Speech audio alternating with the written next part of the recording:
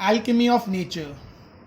Some teacher pronounce it alchemy of nature. So I am pronouncing it alchemy of nature, proper pronunciation. Alchemy of nature. Alchemy means magic, जादू, mystery, nature, पर्यावरण, कुदरत, environment. ठीक है, तो the chapter means कुदरत का जादू या फिर नेचर मीन्स पर्यावरण का जादू. ठीक है, alchemy, magic, mystery of nature. Now these are some lines written by William Blake, some quotes written by William Blake. So let's understand what is this. I'll translate in Hindi. To see a world in a grain of sand and a heaven in a wildflower, hold infinity in the palm of your hand and eternity in an hour. Written by William Blake. तो William Blake's कह रहे हैं to see a world in a grain of sand, रेत के एक दाने में पूरी दुनिया को इमेजिन करना, पूरी दुनिया को रेत के एक दाने में इमेजिन करना, और एक जंगली फूल में स्वर्ग का एहसास करना. स्वर्ग का एहसास, एक जंगली खूबसूरत वाइल्ड फ्लावर देखा होगा येलो कलर का, अभी हमारे यहाँ तो जंगल में जाके देखना पड़ेगा, but you can find it near any, आसपास बोलते हैं ना वाइल्ड फ्लावर मतलब स्ट्रे फ्लावर जो रोड पे उगा हो, तो वैसे फ्लावर में भी तुम स्वर्ग का अभाव कर सकते हो, अभाव, experience. Alright. Hold infinity in the palm of your hand, अपने हाथ, अपने पाम इसको कहते हैं. This is called palm. ठीक है, पाम. तो पाम मतलब हथेली.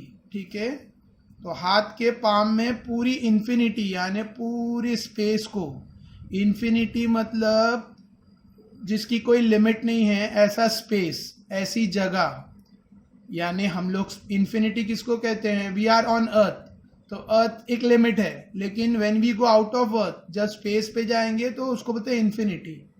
ठीक है, मतलब इनफाइनाइट स्पेस, उसको अपनी हथेली में होल्ड कर देना. And eternity in an hour, eternity मतलब अनलिमिटेड टाइम, एंडलेस टाइम, कभी न खत्म होने वाला वक्त, उसको एक घंटे में जी लेना. तो ये 4 कोट्स है, उसका चारों का यहाँ पे एक्सप्लेनेशन भी दिया है, तो let's see what is it. ठीक है. Sometime as tiny as a grain of sand can spark off an idea or imagination of a huge significance to the world. कभी कभी रेत का एक दाना पूरी दुनिया में जो इम्पोर्टेंस है उसका आइडिया या उसका इमेजिनेशन प्रोड्यूस करता है कि उसका क्या इम्पोर्टेंस है. मतलब वो एक एक रेत का दाना मिलकर ही पूरी दुनिया बनी. ठीक है, मतलब एक इमेजिनेशन है. देखो कभी कभी तुमने किया होगा, कभी कभी हम लोग ऐसा वॉच करते हैं और सन हमारे इतने फिंगर के गैप में आ जाता है ना, तो हमें क्या लगता है कि सन इतना छोटा है, तो सन छोटा नहीं, हम उसको इमेजिन कर रहे हैं कि सन हमारी फिंगर गैप में आ गया. तो वैसा ही मुहावरा के रेत के एक दाने में पूरे वर्ल्ड को इमेजिन करना. ठीक है. One can witness and experience the beauty of haven. कोई भी देख सकता है, विटनेस मतलब देखना. ठीक है, विटनेस मतलब आंखों से देखना, एक्सपीरियंस महसूस कर सकता है. द ब्यूटी ऑफ हेवन, स्वर्ग का आभास. हेवन मतलब जन्नत, स्वर्ग. ठीक है. In something as small as a wild flower में स्वर्ग का आभास ले सकता है, स्वर्ग का एक्सपीरियंस ले सकता है. ठीक है, जन्नत का. And derive Joy for ever, और उससे हमेशा की खुशी, खुशी फॉर एवर, हमेशा के लिए खुशी पा सकता है. Only one should have the eyes and time to see it. खाली उसके लिए क्या चाहिए, नजरिया. उसके लिए नजरिया, वैसा देखने की नजर चाहिए और टाइम चाहिए. मतलब अगर उस नजर से देखोगे तो सैंड में पूरी दुनिया नजर आने लगेगी, और जंगली फ्लावर, एक वाइल्ड फ्लावर में, स्ट्रे फ्लावर में तुम्हें पूरा स्वर्ग नजर आने लगेगा. ठीक है. Next, infinity is endless space. मतलब एंडलेस मतलब जो खत्म ना हो, इतना बड़ा स्पेस जगह को कहते हैं, एरिया, स्पेस. ठीक है. तो स्पेस और किसको कहा जाता है, जैसे अर्थ की ग्रेविटी के बाहर जाएंगे तो वी आर इन स्पेस. ठीक है, अर्थ भी स्पेस में ही काउंट होता है, और जितने प्लैनेट्स है और जितना होल यूनिवर्स में स्पेस. ठीक है. तो इन्फिनिटी इज एंडलेस, कभी ना खत्म होने वाला space. But your small palm can hold the destiny of earth through your efforts. यहाँ पे क्या कह रहा है कि छोटे सी हाथों में, ठीक है, पाम मैंने बताया, this part is called palm. छोटे से हाथों में पूरे अर्थ की जगह को हम लोग होल्ड कर सकते हैं अगर हम कोशिश करें तो, अगर हम एफर्ट्स करें तो, कोशिश करें तो हाथों में पूरे अर्थ को ले सकते हैं, ठीक है। दिस ऑल है इमेजिनरी लाइंस, ये सब इमेजिनरी लाइंस है, ठीक है। लेकिन इमेजिनेशन, देखो तुमने सुना होगा ये कहावत, जहां ना पहुंचे रवि वहां पहुंचे कवि। जहां ना पहुंचे रवि मतलब रवि मीन सन, जहां पे सन रेज नहीं पहुंच पाती है वहां पे कवि का, पोएट का इमेजिनेशन पहुंच जाता है। तो ये मुहावरा हिंदी में थोड़ा एक कहावत फेमस है, जहां ना पहुंचे रवि वहां पहुंचे कवि। यानी जहां पे सन रेज नहीं पहुंच पाती है वहां पे कवि के इमेजिनेशन पहुंच जाते हैं, ठीक है।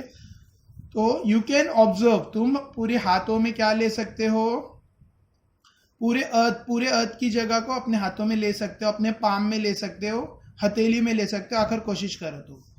Eternity is the endless time, और इन्फिनिटी तो एंडलेस स्पेस है, और एटर्निटी क्या, एंडलेस टाइम। अगर तुम चाहो तो 1 घंटे में पूरे टाइम को समेट सकते हो। देखो, eternity is endless time, but just an hour in your life, तुम्हारी जिंदगी का 1 घंटा can made a difference to the world forever. पूरी दुनिया के लिए कुछ बदलाव ला सकता है। तुम्हारी जिंदगी का 1 घंटा दुनिया के लिए एक बड़ा बदलाव ला सकता है। Great deeds are suppose the limit of time and space.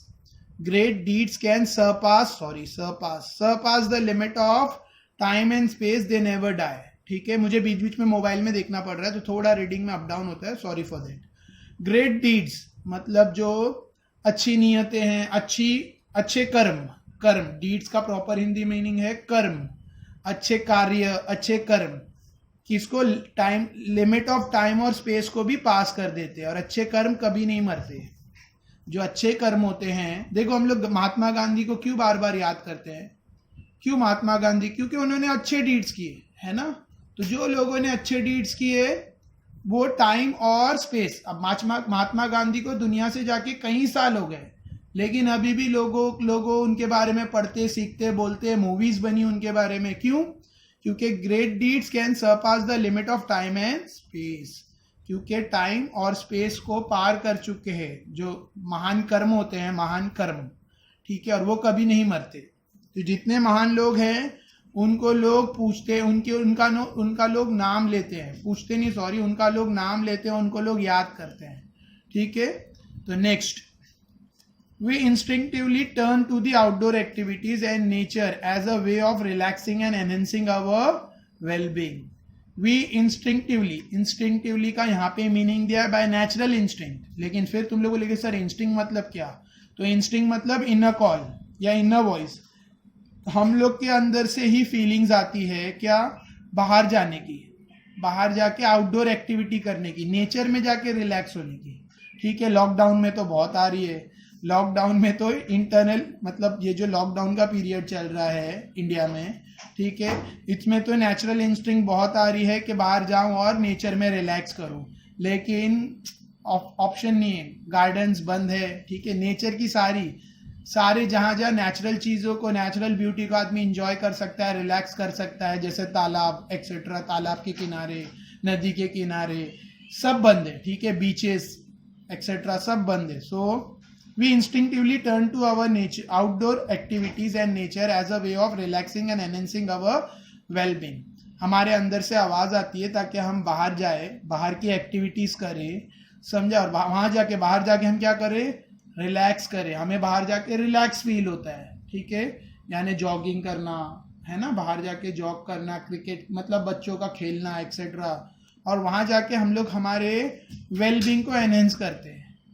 हमारा जो वेलबींग है, वेलबींग्स मतलब हमारी सेहत वगैरह वहाँ पर और अच्छी हो जाती है। एनहेंसिंग मतलब एनरिच मतलब बढ़ना, वेलबींग हमारी वेलबींग बींग मतलब हम, वेलबींग मतलब अच्छाई के लिए, सेल्फ के लिए, खुद की भलाई के लिए।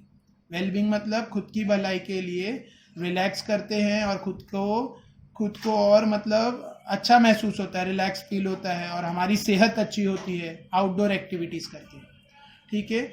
नेचर सूथ्स एंड नर्चर्स, नेचर हमें रिलैक्स करता है, हमें काम करता है, हमें सुकून देता है. नेचर सूट्स मतलब सुकून देना. एंड नचर्स मतलब पोषण. हिंदी में मीनिंग है पालन पोषण. नचर का हिंदी मीनिंग है पालन पोषण और इंग्लिश मीनिंग है केयर एंड प्रोटेक्ट. नेचर हमें रिलैक्स करता है, हमें सुकून देता है और हमें पालन पोषण करता है, हमारी हिफाजत करता है, हमारी देखभाल करता है. ठीक है. Nature fulfil and motivates. Nature fulfil मतलब हमारी कामनाएं पूरी करता है. मोटिवेट्स और हमें आगे करने के लिए, आगे बढ़ाने के लिए हमें प्रोत्साहित करता है. नेचर हमारी कामनाएं पूरी करता है और हमें प्रोत्साहित करता है. देखो हमें सब कुछ नेचर से मिलता है. तुम्हें फ्रूट्स कहाँ से मिलता है? नेचर से. हम जो खाते पीते हैं वो सब हमें नेचर से मिलता है. तो नेचर फुलफिल्स, नेचर हमारी कामनाएं पूरी करता है और हमें प्रोत्साहित मतलब मोटिवेट और आगे बढ़ने के लिए हमें सपोर्ट करता है. Nature whispers.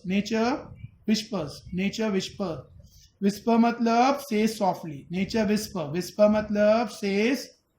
नेचर बहुत आराम से बोलता है. एंड कमांड ऑर्डर करता है. कमांड मतलब ऑर्डर करना. तो नेचर कुछ प्यार से बोलता है और कुछ ऑर्डर करता है. ठीक है. समझा फर्स्ट पैरा. नेक्स्ट देखो, इतना भी इजी नहीं है. Everything needs a explanation. तो ध्यान से देखो वीडियो, समझने की कोशिश करो. कुछ डाउट है तो let me know in the comment. वैसे तो अब तक पॉजिटिव कमेंट आ रहे हैं, लोग बोल रहे हैं सर यू आर डूइंग बहुत अच्छा एक्सप्लेनेशन है एक्सेट्रा एक्सेट्रा एक्सेट्रा. ठीक है. But I know I am the worst. ठीक है.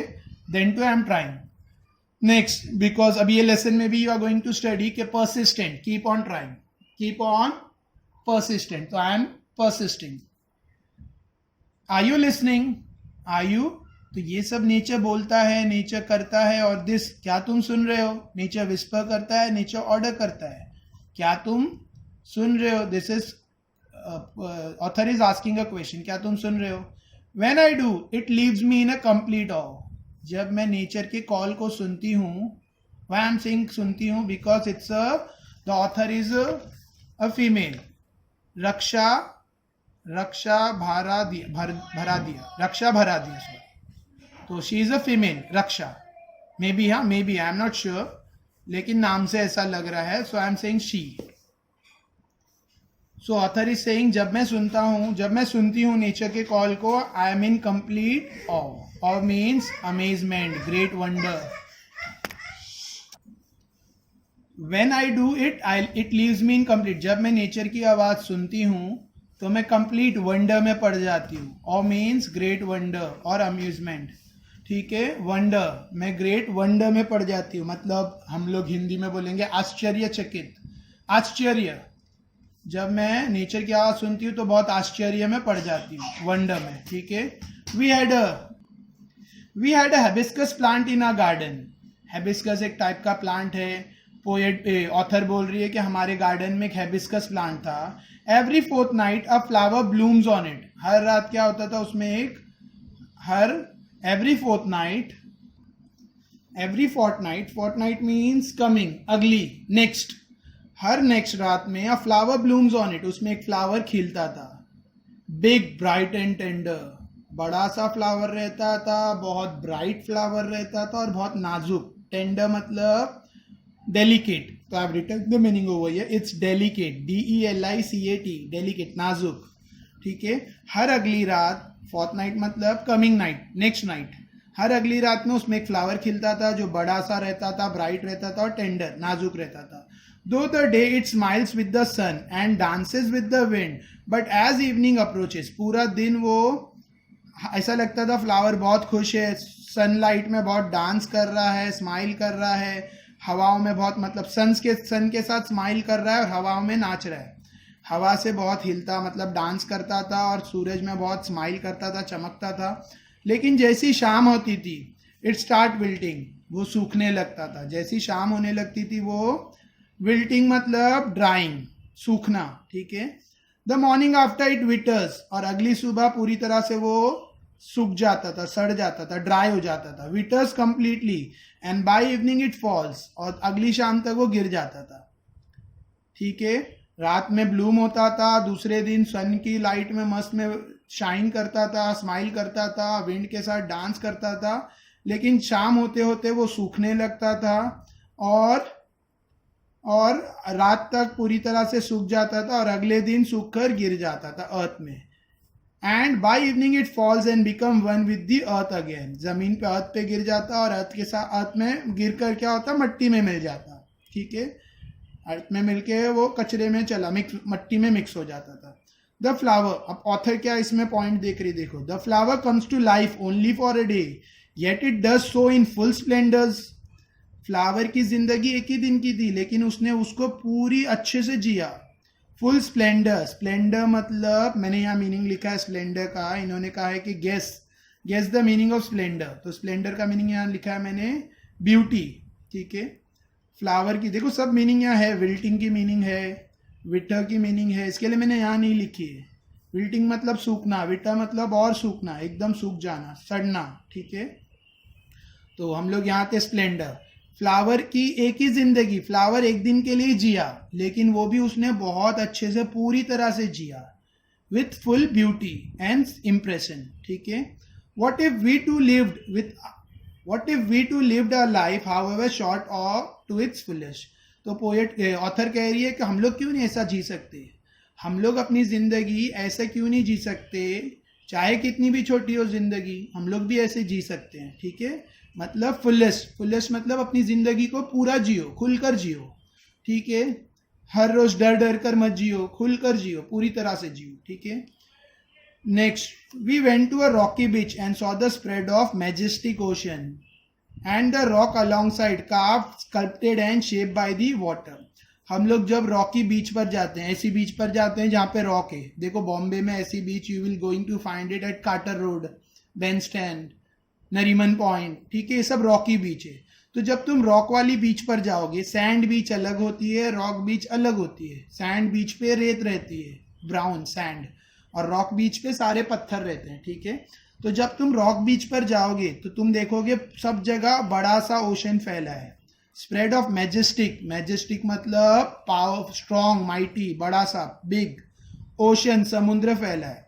And the rock along side, और सब किनारे पे पत्थर ही पत्थर, मतलब वो पत्थर है. Carved, sculpted and shape by water. लेकिन वो पत्थर का शेप देखोगे तुम, ऐसा लगेगा उसको किसी ने नक्शी किया है, उसको किसी ने काटा है, नक्शी किया है. कौन करता है उसमें नक्शी? वाटर. उसको किसी ने शेप दिया है उन पत्थरों को. किसने किया है? वो वाटर ने. अब question is, water is so gentle, water तो इतना सॉफ्ट है, फिर पत्थर को कैसे काटेगा? वाटर इतना सॉफ्ट है, रॉक सो हार्ड, पानी इतना सॉफ्ट है और पत्थर इतना हार्ड है. Yet as the water flow over it every day, लेकिन पानी रोज उस पे गिर रहा है. फॉर इयर्स, कई सालों से. द रॉक गिव्स इन, तो रॉक हार मान जाता है. It takes the shape that the water commands, और रॉक्स कौन सा शेप ले लेता है? जो वाटर उसको कमांड कर रहा है. ठीक है, तो रॉक कितना हार्ड है, पानी इतना सॉफ्ट है, फिर भी पानी कई सालों से हर रोज उस पर आ रहा है. ठीक है, कई सालों से. तो रॉक हार मान लेता है और वो पानी के हिसाब से, पानी का ऑर्डर के हिसाब से अपना शेप अपना लेता है. It takes the shape that water commands, जो वाटर ऑर्डर करता है वो शेप ले लेता है. Our problems are so colossal, हमारे प्रॉब्लम भी कितने बड़े हैं. कोलोसल मीन्स, या the meaning is there huge, massive. हमारे प्रॉब्लम्स भी कितने बड़े हैं, कितने बड़े प्रॉब्लम्स हैं हमारे भी. And we are so small, और हम कितने छोटे हैं. येट इफ वी परसिस्ट, लेकिन फिर भी हम कोशिश करते रहें. परसिस्ट मतलब कीप ऑन ट्राइंग. परसिस्ट मतलब हार नहीं मानना, लगातार कोशिश करते रहना. ठीक है, मैं एक छोटा सा इसमें एक ऐड कर रहा हूं. मैंने खुद न्यूज चैनल पे देखा है ये न्यूज. 84 इयर्स का आदमी 10th का एग्जाम दे रहा है और वो इतने साल से ट्राई कर रहा है, फेल हो रहा है. ही इज नॉट गेटिंग पास, लेकिन उसने अभी तक कोशिश छोड़ी नहीं है. तो दैट इज द मोटिवेशन. वो बोल रहा है मुझे नहीं होता है, फिर भी आई एम गोइंग टू पास, मैं कोशिश पूरी करूंगा, मुझे पास होना है. मतलब वो हर साल एग्जाम दे रहा है, he keeps on studying, but वो नहीं हो रहा है. But then too he is not giving up. तो हार नहीं मानना, don't give up means persist, keep on trying. Alright, तो वाटर और रॉक से हमें क्या लेसन मिल रहा है कि हमारे प्रॉब्लम रॉक की तरह, रॉक जितना हार्ड है वैसे हमारे प्रॉब्लम्स बड़े बड़े हैं और हम लोग कितने छोटे और कमजोर है, ठीक है, वीक है। येट इफ वी परसिस्ट, लेकिन फिर भी हम लोग लगातार कोशिश करते रहे तो। इधर डॉट्स दिया है, मतलब ऑथर ने कुछ बोलते हुए सेंटेंस आधे में काट दिया, ठीक है। We saw a small bit of grass peeping through the small cracks in a concrete pavement, ठीक है। हमने देखा है, कंक्रीट मतलब रेती सीमेंट से बनने वाले रोड, रेती सीमेंट से बनने वाले रास्ते, पेवमेंट मतलब रास्ता, वे, पेवमेंट मतलब वे, रास्ता, कंक्रीट मतलब रेती सीमेंट को यूज करके जो बना है। तुमने देखा होगा कंक्रीट पेवमेंट के बीच के गैप में से घास को उगते हुए। ग्रास उगी है, रास्ता है सीमेंट का और बीच में से ग्रास उगी है, ठीक है। मैंने बहुत देखा है, तुमने भी देखा होगा आई होप, ठीक है। तो सीमेंट के बीच के गैप में से, रेती सीमेंट के बीच में, रेती सीमेंट में ग्रास, मतलब रेती सीमेंट हार्ड होता है, जब रेती और सीमेंट का मिक्सचर बनता है उसको मॉर्टर कहते हैं। मॉर्टर जब सूख जाता है तो कंक्रीट बोला जाता है और concrete is the hard substance, उसमें ग्रास उगना पॉसिबल नहीं है, लेकिन तुमने देखा होगा ऐसी जगह पे भी ग्रास उगते हैं, ठीक है। तो ये है persistent. We saw small bits of, छोटे छोटे ग्रास देखे हैं। पीपिंग मतलब झांकना, यहाँ पे हम मतलब ऑथर ने एक डायलॉग फॉर्म में लिखा है लेकिन वो निकल रहे हैं, ग्रास निकल थ्रू दी स्मॉल क्रैक्स मतलब जो पत्थरों के बीच में छोटा सा गैप होता है, लादी में, पत्थर में या फिर कंक्रीट में जो बीच में थोड़ा सा टूटा हुआ हिस्सा है उसको बोलते हैं cracks in a concrete pavement. It left us thinking, however impossible thing may look, there is always an opening. इससे हमें ये सीख मिलती है क्या, कितनी भी नामुमकिन चीजें दिखाई दे, चीजें कितनी भी नामुमकिन लगे, हमेशा कोई ना कोई रास्ता होता है, हमेशा कोई ना कोई रास्ता रहता है, ठीक है। Next, We saw a tree bare of all leaves in the cold winter month. हमने सर्दी के सीजन में, सर्दी के सीजन में, विंटर में हमने देखा है पत्ते सारे झड़ जाते हैं और पेड़ पूरा सा गंजा हो जाता है, पेड़ गंजा हो जाता है। ट्री बैर मतलब उसके सारे लीव्स झड़ चुके हैं, गिर चुके हैं और उसमें सिर्फ डालियां दिख रही है और हमें ऐसा लगता है कि अब इसकी कहानी खत्म। We thought से चैप्टर was over, हम समझते हैं इसका लेसन, इसकी कहानी खत्म। But 3 months passed, लेकिन 3 महीने गुजरते, spring set in and the trees were back to its green majesty once again. लेकिन 3 महीने बाद फिर स्प्रिंग आता है। But 3 months passed, spring set in and the trees was back to its green majesty once again. लेकिन जैसे ही 3 महीना गुजरता है स्प्रिंग आता है। स्प्रिंग मतलब विंटर एंड हो गया, समर स्टार्ट हो रहा है और फिर से पेड़ पे हरे पत्ते आ जाते हैं, full of leaves, flower, birds and life, ठीक है। मतलब फिर से पेड़ अपनी ग्रीन मैजेस्टी मतलब ग्रीन पावर, ग्रीन मैजिक में आ जाता है, उस पर पूरे हरे पत्ते, फ्लावर्स, बर्ड्स और फुल ऑफ लाइफ। मतलब क्या लग रहा था देखकर कि अब पेड़ खत्म है ना, उसकी कहानी खत्म, उसका चैप्टर क्लोज। लेकिन जैसी स्प्रिंग आता है, 3 महीने बाद स्प्रिंग आता है, पेड़ पे फिर हरे पत्ते, फिर फ्लावर्स, फिर बर्ड्स, फिर life. What if we too had the conviction that however difficult things are right now, it will not remain so forever? हम लोग क्यों ये ना माने, कन्विक्शन में स्ट्रॉन्ग बिलीफ, हम लोग फिर ये बात क्यों ना माने कि अभी जिंदगी बहुत डिफिकल्ट है लेकिन जैसा जैसा टाइम हमेशा थोड़ी ऐसा रहेगा, ठीक है। रिमेंबर दिस टू शाल पास, याद रखो ये चीजें चली जाएगी। अभी देखो अपना ही जैसे कंडीशन लॉकडाउन का चल रहा है, कोरोना वायरस, तो कितना हार्ड डिफिकल्ट कंडीशन चल रहा है। लॉकडाउन कोरोना वायरस की वजह से जो लॉकडाउन चल रहा है, तो कोरोना वायरस लॉकडाउन कितना डिफिकल्ट, लेकिन याद रखो ये भी धीरे धीरे चला जाएगा, हमेशा रहेगा नहीं। तो same, we saw an army of ant lugging a fly which was at least 10 times the ant size. हमने बहुत बार देखा चींटियां उठाकर लेके जा रही है, लगिंग मतलब बहुत मेहनत, पुलिंग खींच कर ले जा रही है, किसको, बड़ी फ्लाई को। चींटियां बड़ी फ्लाई को खींचकर, मरी हुई कोई डेड फ्लाई को खींचकर चींटियां लेकर जा रही है, लेकिन वो फ्लाई एंड से 10 गुना साइज में ज्यादा है, साइज में वो फ्लाई एंड से 10 गुना ज्यादा और एंड्स कमजोर है लेकिन आर्मी है, चींटियों की आर्मी, चींटियों का झुंड, हमने देखा है कि चींटियों का झुंड फ्लाई को खींच कर ले जाते हुए जो उनसे 10 गुना बड़ा होता है। द एंट ऑर्गेनाइज देमसेल्फ, लेकिन एंट्स क्या करती है? ऑर्गेनाइज, संगठन बनाती है, एकजुट होती है, समझी? मतलब ऑर्गेनाइज होते हैं, सब मिलकर काम करते हैं। The ants organize themself around the fly, lift it on frail feelers and carried it to quite a distance. सब एंट्स मिलकर वो उसको उठाते हैं अपनी पतली टांगों पर।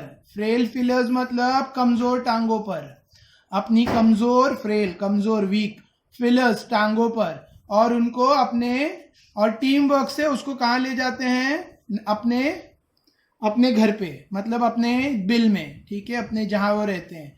Their team work and perseverance way impressive, उनका जो टीम वर्क है और पर्सिवरेंस, पर्सिवरेंस मतलब परसिस्टेंस, पर्सिवरेंस मतलब परसिस्टेंस, मतलब हार नहीं मानना, लगातार कोशिश करते रहना, उसको कहते हैं पर्सिवरेंस। देखो यहाँ पर perseverance, constant efforts in spite of obstacle, रुकावट आ रहे हैं फिर भी कोशिश करना, कांस्टेंट लगातार, एफर्ट्स कोशिश करना, इन स्पाइट ऑफ ऑब्स्टिकल भले से कितनी भी रुकावटें हो फिर भी लगातार कोशिश करना, तो पर्सिवरेंस, ठीक है। वह इम्प्रेसिव, उनका जो टीम वर्क है और जो वो लगातार कोशिश करते रहते हैं वो इम्प्रेसिव है, वो बहुत इम्प्रेसिव है। What if we too are consistent, organize, focus, अगर हम लोग भी कंसिस्टेंट मतलब लगातार कोशिश करते रहें, कंसिस्टेंट, वही पर्सिवरेंस ऑलमोस्ट सेम मीनिंग है। कंसिस्टेंट मतलब जमे रहना, मतलब डटे रहना, स्टेडी, ऑलराइट, यहाँ पे मीनिंग दिया स्टेडी, हिंदी में डटे रहना। ऑर्गेनाइज, एकजुट होकर काम करना, मिलकर। फोकस, ध्यान लगाना।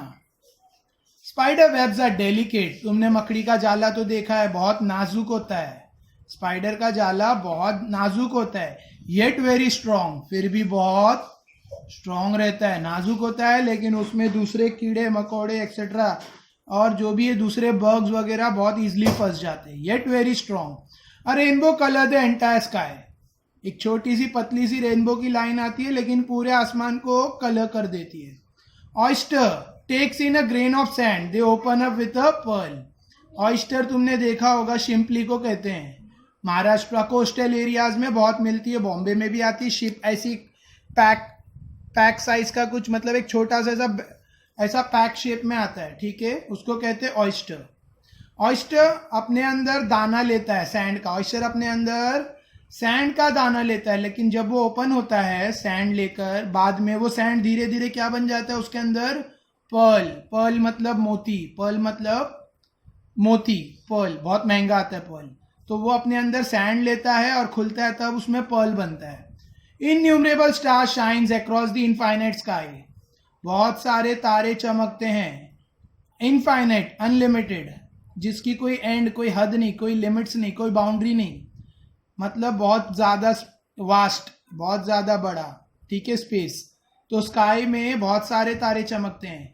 Cloud take new shape with every passing moment, हर सेकेंड में क्लाउड का शेप बदलता रहता है। The wind makes tree dance and unhindered passion, और हवाएं पेड़ों को नचाती है, ठीक है। अनडिस्टर्ब, अनहिंडर्ड मतलब विदाउट एनी डिस्टर्बेंस, पैशन मतलब स्ट्रॉन्ग इंटरेस्ट। हवाओं से पेड़ डांस मतलब पेड़ हवा में हिलते हैं, उसको ऑथर बोल रहा है कि पेड़, हवाएं पेड़ को नचाती है, ठीक है। Water without hint of ego change its form according to the dictates of the sun and the wind. और तुमने देखा होगा पानी के अंदर कोई ईगो नहीं रहता, पानी के अंदर कोई ईगो मतलब कोई अपनापन, कोई आप बोलते हैं ना कोई बड़ा है कि मैं हूं, तो वो नहीं रहता है। पानी के अंदर कोई ईगो नहीं रहता, और वो सूरज और हवा के हिसाब से, सूरज और हवा के डेडिकेट्स के हिसाब से अपना फॉर्म चेंज करता है। पानी अपना फॉर्म चेंज करता है सन से, ये तो तुमने देखा होगा, सन की गर्मी से वाटर इवेपोरेट हो जाता है, तो लिक्विड फॉर्म से गैशियस फॉर्म में आ जाता है। और विंड आकर ठंडी है ना, विंड टेम्परेचर कम है, विंड ठंडी हवा चल रही है, तो वही वाटर वेपर कंडेंस होकर क्या बन जाता है? वाटर वेपर से लिक्विड मतलब वाटर बन जाता है, यानी वाटर वेपर से वाटर, यानी गैसेस से लिक्विड स्टेट। तो वाटर अपना स्टेट चेंज करता है सूरज और हवा पे, है ना। और ज्यादा ठंडी हवाएं हो तो वही लिक्विड वाटर सॉलिड आइस बन जाएगा, ठीक है। वाटर अपना शेप फॉर्म चेंज करता है, शेप नहीं फॉर्म, सन और विंड के डिक्टेट से। डिक्टेट मतलब ऑर्डर, कमांड, डिक्टेट्स मतलब कमांड या ऑर्डर से।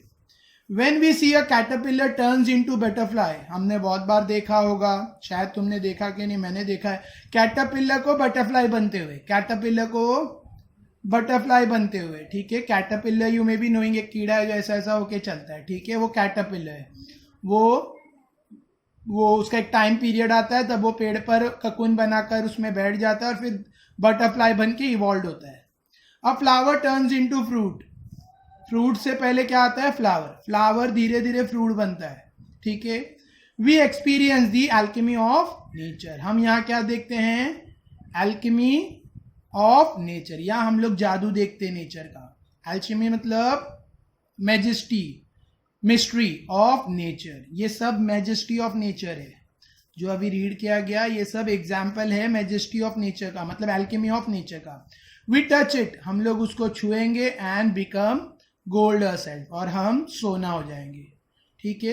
कौन है ऑथर, रक्षा, ठीक है। नेक्स्ट, एल्केमी का मीनिंग यहाँ पे फिर से दिया, वैसे तो यहाँ पे मीनिंग भी दिया एल्केमी ऑफ नेचर। एल्केमी का मीनिंग है पावर, मैजिक, मिस्ट्री, ठीक है।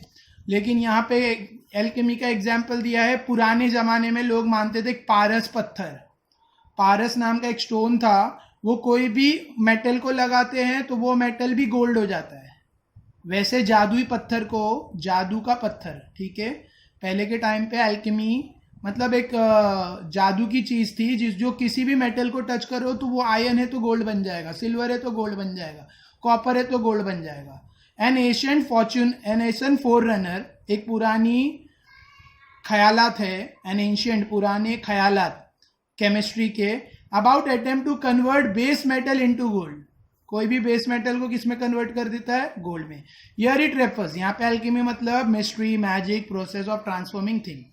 तो इसके लिए जब नेचर को छुओगे, नेचर में जाओगे, नेचर को महसूस करोगे, तो तुम भी क्या हो जाओगे, गोल्ड।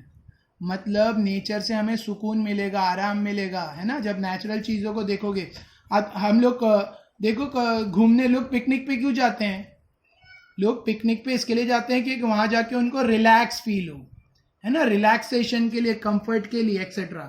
तो लोग पिकनिक के लिए ऐसे स्पॉट चूज करते हैं जहां पर नदी हो, मतलब रिवर फ्लो हो रही हो, या फिर बीचेस हो, ठीक है। तो वहां जाके उनको रिलैक्स और कंफर्ट मिले, ठीक है। या ग्रीनरी एरिया हो, पूरा ग्रीन, माउंटेन ग्रीन्स एरिया हो जहाँ पे फ्रेश एयर मिले, एक्सेट्रा। तो this was the chapter alchemy of nature, ठीक है। कुछ डाउट है तो लेट मी नो इन दी कमेंट सेक्शन। एक्सप्लेनेशन अच्छा नहीं लगा तो भी लिखो, और अच्छा लगा तो भी लिखो, और शेयर करो वीडियो को, ठीक है। वीडियो का लिंक शेयर करो with all your friends. Subscribe करो नहीं किया है, और वीडियो समझ में आया तो लाइक करो, समझ में आया हो एक्सप्लेनेशन तो लाइक करो, ओके। Thank you.